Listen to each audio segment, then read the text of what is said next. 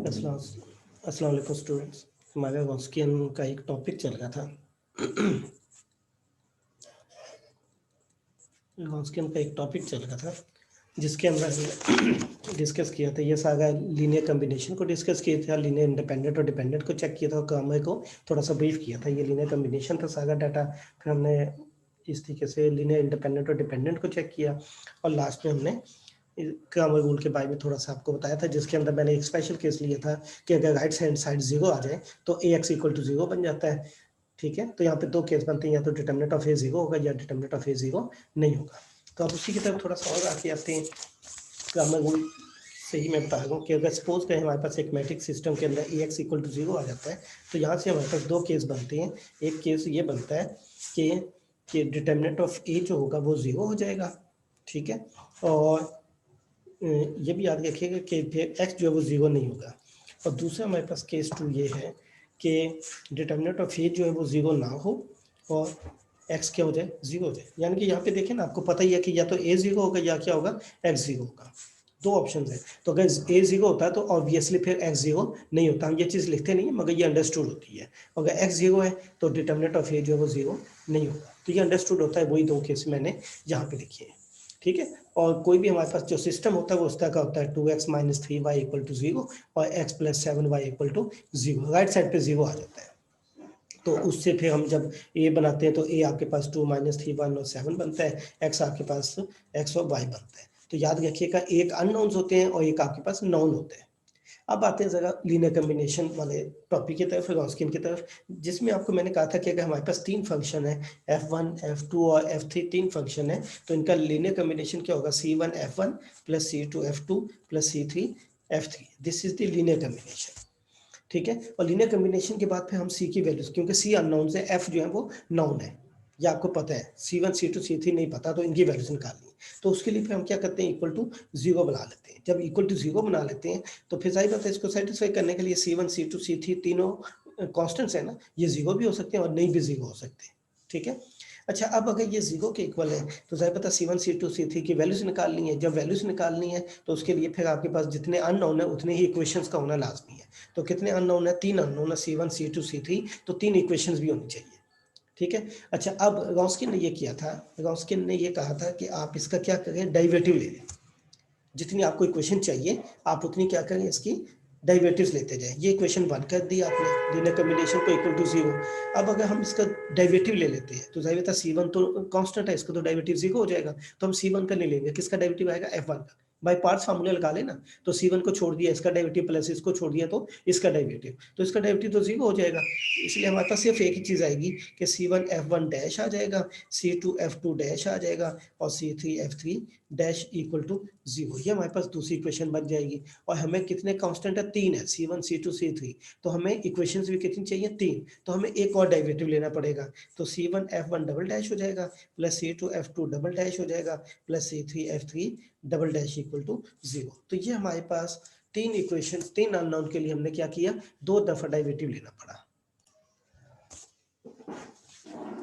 तो रॉस्कियन ने ये किया था कि जो लीनियर कम्बिनेशन इक्वल टू 0 रखा था उसको इक्वेशन 1 कर दिया, फिर उसी इक्वेशन के डेरिवेटिव ले लिए। ठीक है, फंक्शन के केसेस में डेरिवेटिव होगा, मगर शर्त यह है कि इसमें x इन्वॉल्व होना चाहिए। अगर f1 f2 f3 कांस्टेंट है तो फिर कुछ भी हासिल नहीं होगा, क्योंकि डेरिवेटिव 0 हो जाएगा, 0 इक्वल टू 0 हो जाएगा। तो ये इसने इस तरीके से डेरिवेटिव लिया। अगर इसी तरीके से हम सोल्यूशन पढ़ गए, फर्स्ट करें y1 y2, तीन सोल्यूशन है, तो इसका लीनियर कम्बिनेशन क्या होगा, c1 y1 plus c2 y2 plus c3 y3, ये सोल्यूशन होगा। इसको क्या करेंगे, इक्वल टू 0 पुट कर देंगे। अब यहाँ पे चूंकि हमें c1 c2 c3 तीन कांस्टेंट, तीन वैल्यूज निकालनी है, तो हमें तीन दफा डेरिवेटिव लेने पड़ेंगे। तो दो दफा डेरिवेटिव लेने पड़ेंगे, पहली दफा ले लिया, ठीक है, फिर दूसरी दफा ले लिया।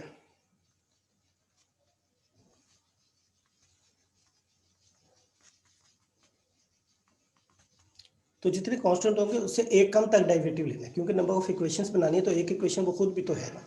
तो ये आपके पास एक का ये बन गया। यहाँ से फिर देखें अननोन्स कौन से हैं, c1 c2 c3 अननोन्स हैं, और जो हमें चीज़ें पता है वो क्या है, y1 y2 और y3। ठीक है, तो जैसे यहाँ पे था एक्स वाई क्या था अननोन, ए क्या था जो वैल्यूज नॉन थी हमें उसको हमने ए रखा था।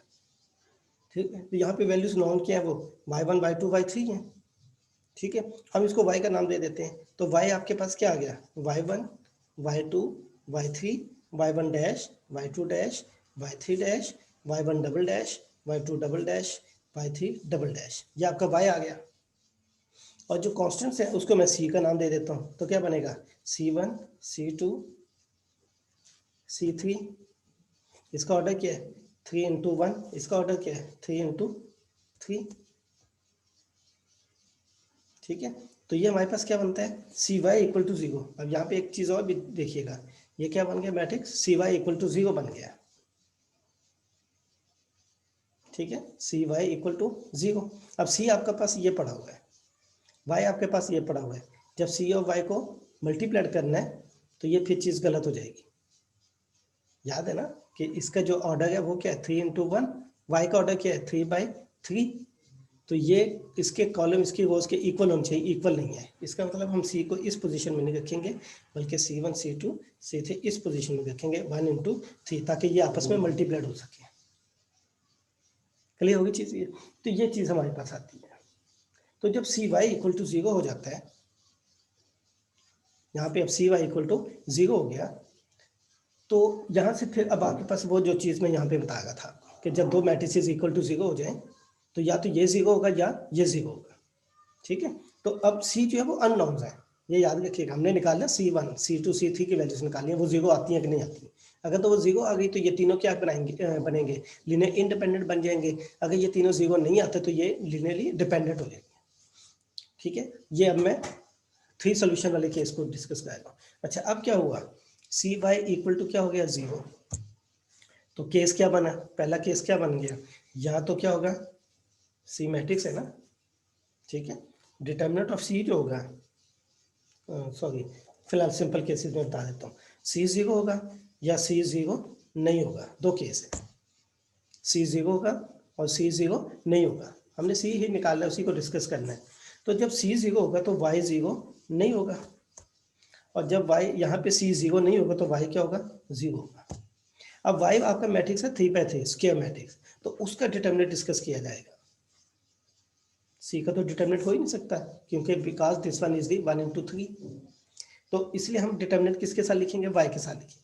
तो दो केस बन गए, पहला केस ये बन गया, ठीक है ये वाला, कि जिसमें c 0 होगा तो डिटर्मिनेंट ऑफ y 0 नहीं होगा। और दूसरा केस क्या है कि c 0 ना हो तो y 0 आ जाए, डिटर्मिनेंट ऑफ y क्या हो 0। अच्छा, अब डिटर्मिनेंट ऑफ y क्या चीज़ है आपके पास, डिटर्मिनेंट ऑफ y वो तो आपके पास ये बन गया y1 y2 y3 y1 dash y2 dash y3 dash y1 double dash y2 double dash और y3 डबल डैश। अब हमारी सारी स्टोरी जो है वो ये दोनों केसेस किसके ऊपर डिपेंड करते हैं, इस डिटर्मिनेंट के ऊपर डिपेंड करते हैं। निकालना हमने c है, तो या तो इसकी वैल्यू क्या आ जाए 0 आ जाए, या इसकी वैल्यू 0 ना आए। अगर तो इसकी वैल्यू 0 हो गई तो ये वाला केस बन जाएगा। दोबारा देख लीजिए, इंपॉर्टेंट पॉइंट की तरफ चले गए हैं। I repeat, you have 3 solutions y1 y2 y3, उसका हमने लीनियर कम्बिनेशन बनाया। लीनियर कम्बिनेशन बना तो c1 c2 c3 नए कॉन्स्टेंट्स आ गए, = 0 आ गया। कॉन्स्टेंट्स की वैल्यूज निकालने के लिए हमने नंबर ऑफ इक्वेशंस पूरी करनी थी। रॉन्सकियन के प्रोसीजर के मुताबिक हमने डेरिवेटिव ले लिए फर्स्ट टाइम सेकंड टाइम, जहाँ से हमारे पास अब ये 3/3 का सिस्टम बन गया। इसमें से y की वैल्यू बनाई और c की वैल्यू बना ली। जब कंबाइन करके मैट्रिक्स फॉर्म में लिखा, जैसे इसकी मैट्रिक्स फॉर्म क्या लिखते थे ax = 0 लिखते थे, तो इस तरीके से इसकी जो मैट्रिक्स फॉर्म लिखेंगे वो क्या बनेगी cy = 0। अब दो केस होंगे, या तो c 0 होगा या y 0 होगा। अगर c 0 होगा तो y 0 नहीं होगा, और अगर c 0 नहीं है तो y 0 होगा। अब c तो स्क्वायर मैट्रिक्स नहीं है, y स्क्वायर मैट्रिक्स है, तो y के साथ क्या हुआ डिटर्मिनेंट, क्योंकि हम उसको डिस्कस कर सकते हैं। ठीक है, तो यहाँ पे c का मतलब है कि सिर्फ कॉन्स्टेंट्स की वैल्यूज निकलेंगी। अब डिटर्मिनेंट ऑफ y क्या होगा, y आपके पास ये पड़ा हुआ है, इसका डिटर्मिनेंट ये है। अब अगर तो डिटर्मिनेंट 0 बन गया तो ये वाला केस बन जाएगा, और अगर 0 ना बना तो ये वाला बन जाएगा। तो यहाँ से आप जगह इंपॉर्टेंट पॉइंट देखिएगा कि इफ डिटर्मिनेंट ऑफ y = 0, अगर डिटर्मिनेंट ऑफ y 0 वो 0 के केस में चला गया तो ये क्या होगा, कॉन्स्टेंट्स क्या होंगे 0 नहीं होंगे। Then all constants are not zero, यानी कि सारे के सारे कांस्टेंट जीरो नहीं होंगे, नॉन जीरो के केस में चला गया। दोबारा देख ले, डिटरमिनेंट ऑफ y निकाला और y1 y2 y3 तो फंक्शंस है ना, अभी मैं एग्जांपल भी दे दूंगा। तो ये आपके पास फंक्शंस है, ठीक है। इसकी डिटरमिनेंट वैल्यू निकालती है, अगर जीरो आ जाता है तो ये इस केस में चला गया। डिटरमिनेंट ऑफ y अगर जीरो, जब जीरो होगा तो c की जीरो नहीं होंगे, तो इसका मतलब है कि फिर ऑल कांस्टेंट जीरो नहीं होंगे, सारे के सारे कांस्टेंट जीरो नहीं होंगे। और हमने स्टार्ट में क्या दो केस पढ़े थे कि लीनियर डिपेंडेंट और इंडिपेंडेंट के केस में, अगर आपको याद हो, मैंने कहा था कि C1 C2 C3 या तो सारे क्या होंगे जीरो या सारे जीरो नहीं होंगे। यहाँ पे देखें, जब ऑल कांस्टेंट जीरो होंगे तो फंक्शंस क्या कहलाएंगे, लीनियर इंडिपेंडेंट, और अगर ऑल कांस्टेंट जीरो नहीं होंगे तो क्या कहलाएंगे, लीनियर डिपेंडेंट। अब इसी चीज को यहाँ पे देखते हैं कि डिटरमिनेंट ऑफ y जीरो हो गया तो ऑल कांस्टेंट्स क्या है, जीरो नहीं है, इस केस में चला गया, कांस्टेंट्स आगे जीरो नहीं है। देन एंड पहला पॉइंट डिस्कस करेंगे, एंड अब हम किसको डिस्कस करेंगे थे, y1 y2 y3 को, and y1 y2 y3 are linearly dependent. जो भी मैंने केस बताया कि अगर सारे कांस्टेंट जीरो होंगे तो इंडिपेंडेंट, अगर कांस्टेंट जीरो नहीं होंगे तो डिपेंडेंट। इसका मतलब है कि अगर हमने किसी फंक्शंस का या सॉल्यूशंस को चेक करना हो कि वो डिपेंडेंट है कि इंडिपेंडेंट है, तो हम क्या कर लेंगे, उसका डिटरमिनेंट बना लेंगे। अगर तो डिटरमिनेंट जीरो आ गया, याद रखिएगा डिटरमिनेंट जीरो होगा तो सी जीरो नहीं होंगे, तो जब सी जीरो नहीं होंगे तो क्या हो जाएगा, लीनियरली डिपेंडेंट। अच्छा, दूसरा केस क्या था, ये वाला कि डिटरमिनेंट ऑफ y जीरो नहीं आएगा, तो दूसरा केस कि if determinant of y is not equal to zero then all, ये किस, जब जीरो नहीं होगा तो इस केस में चला गया, तो c क्या होंगे, सारे जीरो आ जाएंगे। Then all constants are zero and y1 y2 y3 are linearly independent. तो लीनियर डिपेंडेंट और इंडिपेंडेंट को, एक तो ये तरीका है कि आप C1 C2 C3 से मल्टीप्लाई करके किसी भी तरीके से C1 C2 C3 निकाल लें, और गॉसियन वाले मेथड में क्या है कि ये आपने ये डिटरमिनेंट बना लेना है, इसी को हमने डिस्कस करना है। डिटरमिनेंट की वैल्यू अगर जीरो आ जाती है तो डिपेंडेंट, और अगर जीरो नहीं आती तो इंडिपेंडेंट। और यही जो डिटरमिनेंट है सोल्यूशन के केस में, ये गॉसियन ने बनाया था, तो इसको हम गॉसियन का नाम देते हैं, और डिटरमिनेंट ऑफ y को हम क्या कह देते हैं, W। तो केस क्या बन गया, यहाँ से इसको सब थोड़ा सा सिंप्लीफाई करते हैं कि अगर W जीरो आ जाए, डिटरमिनेंट ऑफ y का हमने नाम क्या दे दिया, W equal to zero, solution के केसेस में, ठीक है, सोल्यूशन के केसेस में हम इसको W का नाम देंगे। अगर W जीरो आ जाए, ठीक है, तो कांस्टेंट्स आगे क्या होंगे, जीरो नहीं होंगे, तो जो सोल्यूशंस हैं वो क्या कहलाएंगे, या सोल्यूशंस या वेक्टर्स या फंक्शंस, वो क्या होंगे, लीनियरली डिपेंडेंट होंगे। और अगर दूसरा केस क्या है कि अगर W जीरो नहीं होगा, ये वाला, तो फिर सारे कांस्टेंट्स क्या होंगे, जीरो होंगे, और सोल्यूशन आर लीनियरली इंडिपेंडेंट। तो ये हमारे पास एक इंपॉर्टेंट रिजल्ट आया, लीनियरली इंडिपेंडेंट और डिपेंडेंट के हिसाब से। अच्छा, अब ये तो था हमारे पास, देखें जब हमने y1 y2 y3 तीन सोल्यूशन लिए, या f1 f2 f3 तीन फंक्शन ले लिए, ठीक है, इसी केस में देखें यहाँ पे हमने y1 y2 y3 सोल्यूशन ले लिए, अगर मैं f1 f2 f3 ले लूँ तो ये क्या बन जाएगा, f1 f2 f3 बन जाएगा। फिर वही कहानी किस में चलेगी, c और f के साथ चलेगी, ठीक है। फिर यहाँ पे डिटरमिनेंट ऑफ f आ जाएगा, डिटरमिनेंट ऑफ f को हम क्या कहेंगे, w कहते हैं। कहानी यही चलेगी, w जीरो होगा या नहीं होगा, ठीक है। तो ये चीज़ हमारे पास है, क्योंकि हम डिफरेंशियल इक्वेशंस पढ़ रहे हैं, उसके अंदर सोल्यूशंस आते हैं, तो हम y1 y2 y3 सोल्यूशंस को डिस्कस करते हैं, ठीक है। अच्छा, अब गॉसियन का क्या बना जी, कि अगर तो आपके पास दो सोल्यूशन है, तो y1 y2 दो सोल्यूशन है, तो हमें क्या चाहिए, 2/2 का डिटरमिनेंट चाहिए, तो हम दूसरी लाइन में क्या कहेंगे, इसका डेरिवेटिव कहेंगे। पीछे स्टोरी सारी वही है कि if you have two solutions, तो इसका लीनियर कॉम्बिनेशन क्या बनेगा, C1 y1 plus C2 y2, जिसको इक्वल टू जीरो पुट करेंगे। फिर दूसरी लाइन बनाने के लिए हमें क्या करना पड़ेगा, इनका डेरिवेटिव लेना पड़ेगा। जब डेरिवेटिव लेंगे तो C आपके पास क्या आएगा, C1 और C2 आ जाएगा, और y क्या आपके पास आएगा, y1 y2 y1 डैश और y2 डैश आएगा।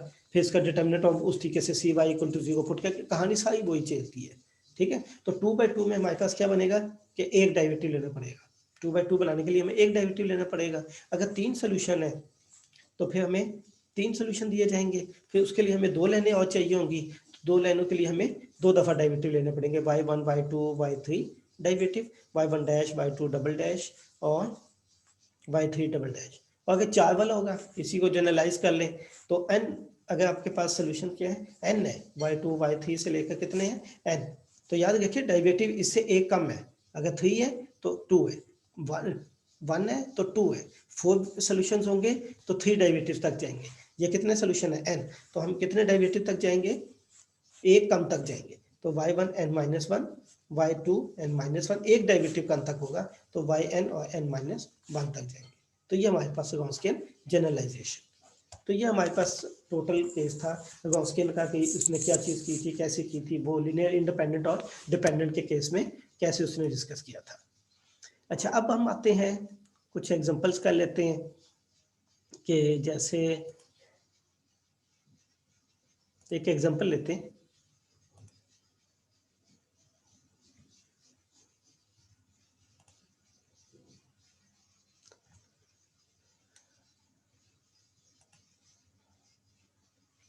जैसे सपोज करते हैं कि जी क्वेश्चन इज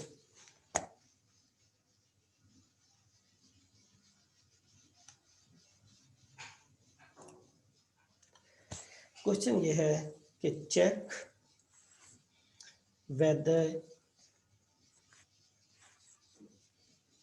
फंक्शंस e की पावर x, e की पावर 2x, e की power 3x are linearly independent और linearly dependent। चेक करना है with the help of Gaussian solution.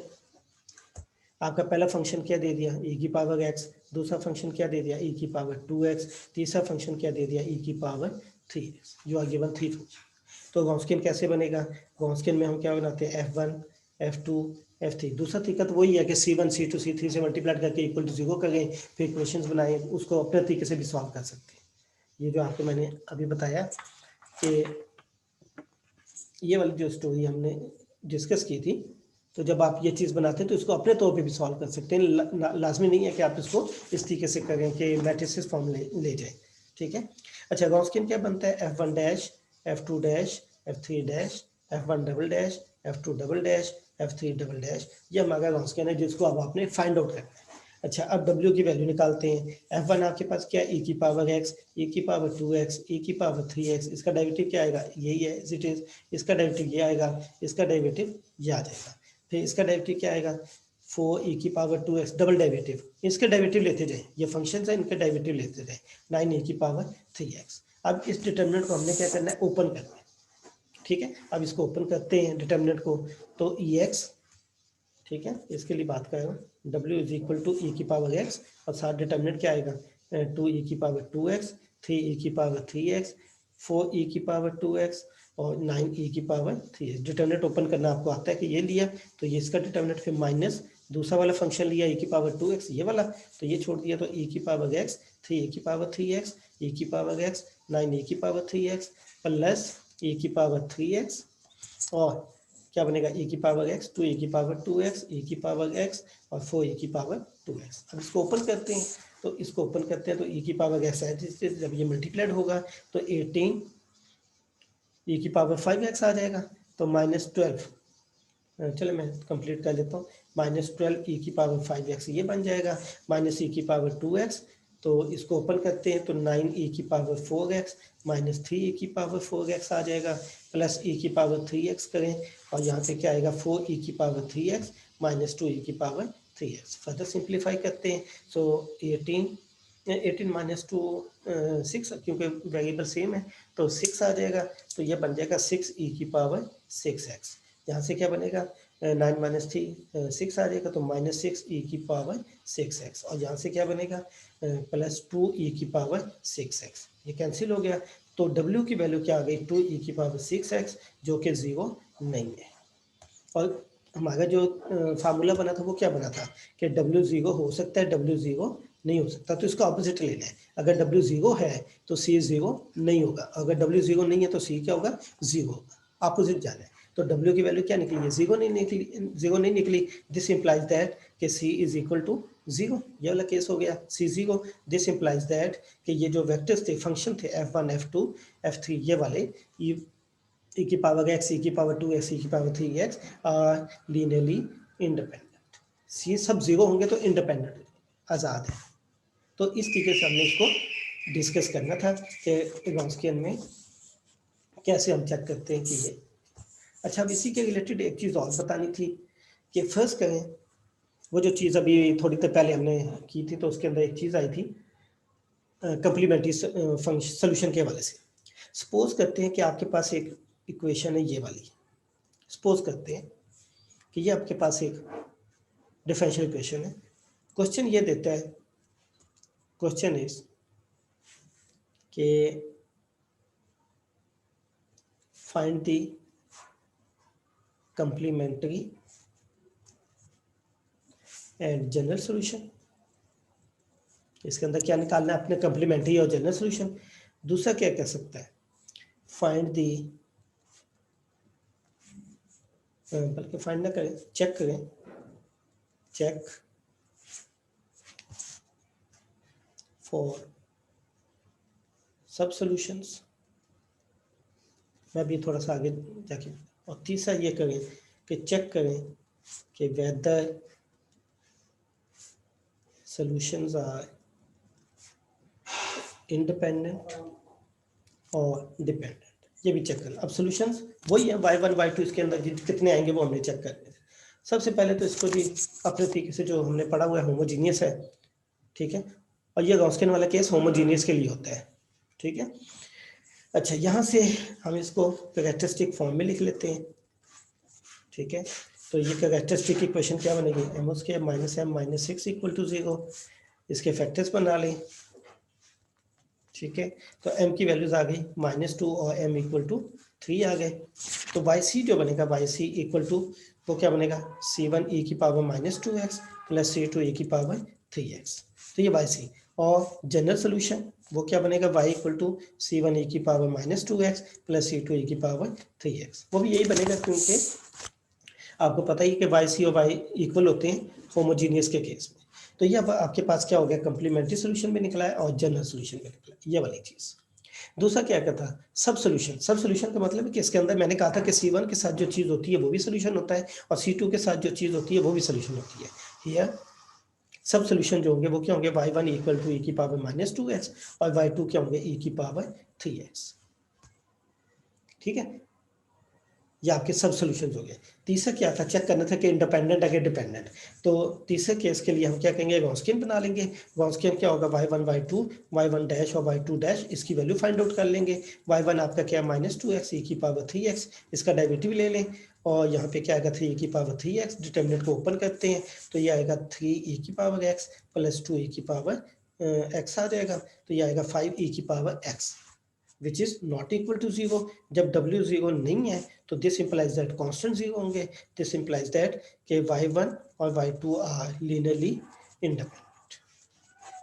इस तरीके से हमने एक ही, अगर डिफरेंशियल इक्वेशन है तो वहां से भी चेक किया जा सकता है। अच्छा, एक चीज और थी जो मैंने लास्ट टाइम कहा था आपको कि ये जो C1 और C2 के साथ जो चीजें होती है उसको हम क्या कह देते हैं, y1 y2, यानी कि सब सोल्यूशन। ये भी इसके सोल्यूशन है। तो अगर आपको कहा जाए कि ये चेक करें कि वाकई ये सोल्यूशन है कि नहीं है, अब उसको देखें जरा, चेक भी किया जा सकता है कि जैसे हमारे पास डिफरेंशियल इक्वेशन थी ये वाली। अब चेक करना है कि जो y1 हमने कहा है, y1 हमने क्या कहा है, e की पावर -2x, और इसको हमने कहा है कि इसका सोल्यूशन है। तो अगर ये इसका सोल्यूशन है तो इसका क्या करेगा, सेटिस्फाई करेगा। सेटिस्फाई के लिए इसका डेरिवेटिव लेना पड़ेगा। तो y1 का डैश ले लें तो वो ये बन जाता है, ठीक है। और इसका डबल डैश ले लें तो वो क्या बन जाता है, 4e की पावर -2x। इसको इस इक्वेशन में पुट करते हैं तो क्या बनता है, 4e की पावर -2x प्लस 2e की पावर -2x माइनस 6e की power -2x equal to 0। Put किया है मैंने, जस्ट e की पावर यहाँ पे पुट कर दिया, डेरिवेटिव यहाँ पे पुट कर दिया, डबल डेरिवेटिव यहाँ पे पुट कर दिया, तो ये देखें 0 इक्वल टू 0। इसका मतलब कि जो हम कंप्लीमेंट्री सोल्यूशन के अंदर C1 के साथ कोई चीज़ रखते हैं, C2 के साथ जो चीज़ रखते हैं उसको हम क्या कह देते हैं, सोल्यूशंस कह देते हैं। तो इसी वजह से कहते हैं कि अगर हम इसको अलहदा से चेक करना चाहें तो वो क्या होंगे, सोल्यूशंस होंगे। एक तो चीज़ यहाँ से ये निकल आई। इसी तरीके से आप इसको भी चेक कर सकते हैं, e की पावर 3x, ठीक है। तो C1 y1 C2 y2 हम इसलिए लिखते हैं कि ये जो y और y बनते हैं ये दो, ये भी सोल्यूशंस होते हैं। अच्छा, दूसरा ये है, दूसरा केस कि अगर हम ये y1 है तो इसको C1 से भी तो मल्टीप्लाई किया गया, तो क्या हम ये अब चेक करने लगे कि if solution is multiply by a constant, अगर किसी सोल्यूशन को मल्टीप्लाई कर दें then it is also a solution. यानी कि अगर हम किसी सोल्यूशन को किसी कांस्टेंट से मल्टीप्लाई कर दें तो फिर भी वो क्या होता है, सोल्यूशन होता है। ठीक है, मल्टीप्लाई कर दें, ऐड कर दें, सब्ट्रैक्ट करते हैं, वो सोल्यूशन लास्ट में होता है। अब जैसे देखें y1 क्या था, e की पावर माइनस, ये सोल्यूशन का है ना। अब इसको हम क्या कर देते हैं, कांस्टेंट से मल्टीप्लाई कर देते हैं, किसी भी कांस्टेंट से। अब इसको चेक करते हैं कि क्या ये इसका सोल्यूशन है कि नहीं। ये तो हमने चेक कर लिया कि ये सोल्यूशन है। इसको सोल्यूशन चेक करने के लिए क्या कहेंगे, इसका डेरिवेटिव ले लें तो वही बनेगा, फिर डबल डेरिवेटिव ले लें तो वो क्या बनेगा, ठीक है। इसको उठा के इसके अंदर पुट कर देते हैं। वाई डबल डैश की वैल्यू क्या आ गई, 4c की पावर माइनस 2x, फिर यहाँ पे क्या आएगी माइनस वाई डैश, तो माइनस और माइनस प्लस 2c की पावर माइनस 2x, और लास्ट में क्या है माइनस 6c की power minus 2x equal to 0। तो देखिए फिर सेटिस्फाई कर गया। इसका मतलब है कि अगर ये जो हमारे पास कंप्लीमेंट्री सोल्यूशन में हम C1 C2 के साथ फंक्शंस लिखते हैं, वो क्या होते हैं, सोल्यूशंस होते हैं, सब सोल्यूशन y1 y2 y3। दूसरा क्या है कि अगर हम इसको कांस्टेंट से मल्टीप्लाई कर दें, तो वो भी हमने चेक किया है कि अगर हम किसी कांस्टेंट से सोल्यूशन को मल्टीप्लाई करें तो वो भी सोल्यूशन होता है, ये भी चेक हो गया। अच्छा, तीसरी चीज भी चेक हो सकती है कि ये y1 बना दिया, ये y2 बना दिया, तो ये तो ऐड कर दिए ना, दो सोल्यूशन को अगर हम ऐड करें, तो if we add two solutions, we add two solutions या subtract कर दें, then it is also solution, then it is also solution। यानी कि अगर हम दो सोल्यूशन को ऐड कर दें, जैसे देखें ये भी सोल्यूशन था, ये भी सोल्यूशन था, इसको मल्टीप्लाई कर दिया C1 से, तो ये भी सोल्यूशन बन गया। यानी कि C1 e की पावर माइनस 2x भी सोल्यूशन है, C2 e की पावर 3x ये भी सोल्यूशन है। ये अलग-अलग भी चेक कर सकते हैं। तो इनको अगर हम ऐड कर दें, लीनियर कम्बिनेशन इसको कह सकते हैं। तो लीनियर कम्बिनेशन यानी कि if we add two solution, ठीक है, अलॉन्ग विद कांस्टेंट, तो ये लीनियर कम्बिनेशन बन गया। इसका दूसरा पार्ट ये भी बन सकता है, और कि linear combination of two solutions is also solution. तो आप इसको भी चेक कर सकते हैं कि क्या ये सोल्यूशन है। इसको आप y का नाम दे दें, C1 e की power minus 2x plus C2, बल्कि yc कह देते हैं, C2 e की पावर 3x। तो इसका डेरिवेटिव ले लें, ठीक है, फर्स्ट टाइम में डेरिवेटिव ले लें, और यहाँ पे डेरिवेटिव ले लें, फिर दूसरी दफ़ा डेरिवेटिव ले लें, इसको उठा के इसके अंदर पुट करें, तो ये इसको भी सेटिस्फाई करेगा। तो याद रखिएगा कि एक अगर हमारे पास कोई डिफरेंशियल इक्वेशन है, तो उसका जो y कम्प्लीमेंट्री सोल्यूशन बनता है, तो उसके अंदर हम जो y1 y2 कहते हैं वो भी सोल्यूशन होते हैं। उसको अगर कांस्टेंट से मल्टीप्लाई कर दें तो फिर भी सोल्यूशन होते हैं, और उसको अगर हम ऐड कर लें जो कि लीनियर कम्बिनेशन बन जाता है, तो लीनियर कम्बिनेशन भी सोल्यूशन होता है। क्लियर होगी बात। तो क्योंकि YC का नाम दिया तो कम्प्लीमेंट्री सोल्यूशन का नाम दिया, तो इसका मतलब ये भी एक सोल्यूशन है। और ये राइट हैंड साइड क्या चीज़ है, लीनियर कम्बिनेशन है। जब लीनियर कम्बिनेशन है तो C1 C2 की वैल्यूज भी हम निकाल सकते हैं। और कैसे निकाल सकते हैं कि पहले हम W को चेक कर लेंगे, ठीक है। अभी हम यहाँ से वैल्यू नहीं निकाल रहे, हम सिर्फ चेक करेंगे कि C1 C2 की वैल्यू सारी 0 आएंगी कि नहीं आएंगी, सिर्फ वो चेक करेंगे, ठीक है, फाइंड आउट नहीं करेंगे। तो ये हमारे पास कांस्टेंट का एक टॉपिक था कंप्लीट। तो इसको आप